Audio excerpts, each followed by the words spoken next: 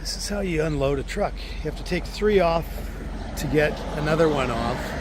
There's still cars below it. And he's going to take the car off even though his car is below it. Pure driving skill.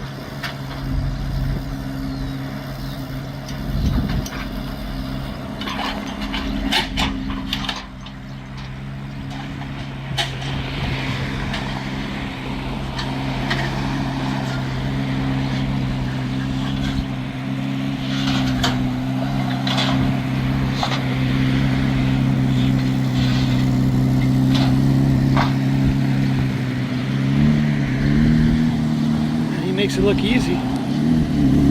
Front lift on the car also makes it a little easier. Doesn't have to worry about the front end. That's how it's done.